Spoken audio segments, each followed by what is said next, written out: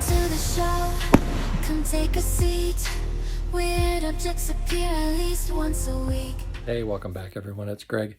So I got a little video here today about some NonSport, and I wanted to give a little, table of contents here for people who don't collect NonSport or aren't old collectors of vintage. Before there were top loaders, before there were semi-rigids, before there were 9-pocket sleeves even, people would just grab their cards and put them in a box or put some rubber bands around them and carry them around.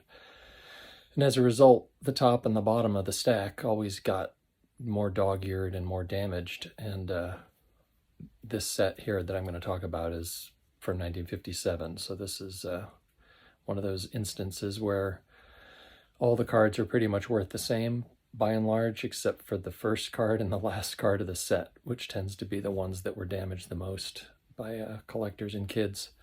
So in this particular instance, I'm constantly looking for number 1 and number 88 of this space card set, and those two cards hold a premium, and I have it watched on my eBay watch list. And recently I just recently saw a number 88 that was better than the one I had, so I was going to bid on it, but I'll show you what ended up happening. And okay, so here's what popped up in my watch list. There's the card, the number 1 card. Now this one, it's crisp, it has good corners, but you see how off-center it is? Top to bottom, left to right, clearly. But it looks like a good card, it's got a good printing, it's deep color, but I already have a card that's a little bit better than this. It's a little bit more centered on one side, and it has similar, 7s or 8 corners. I'm just showing you this mainly to just show it off. See how cool the artwork is. This 57 set is getting more popular, I think, and you'll see here with these sale prices. Check that out. So that card sells for $182, even though it's that off-center. Now here's the card I was actually interested in. This is number 88. And this one, I'd say it's 1 grade higher than the one I have. The centering is just barely passable. I don't know if it would get an off-center from PSA. Not that I would send it in, but probably top to bottom it would get the off-center. So you can see it went for $96 for card number 88. So that's a little high for me, but not ridiculous. For reference, here's a PSA 8 that's a little bit nicer, a lot nicer centered, maybe slightly less crisp, but probably the same.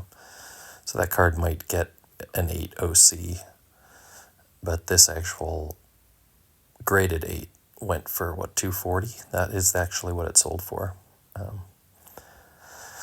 So here's some other shots of like PSA 8s for this series, and you can see they sell for 60, 50, sometimes less, but there's a huge premium, obviously, for an 8. So I missed out on the card number 88, but since it's in my watch list 2 weeks later, I see these cards come back up. Here's the one that went for crazy money, same exact card.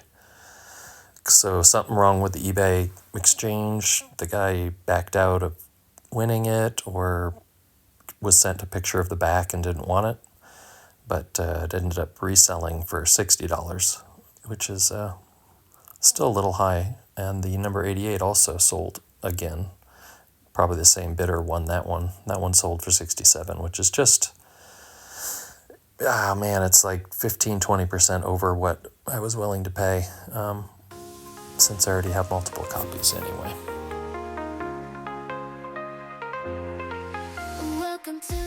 It works just like a telephone switchboard.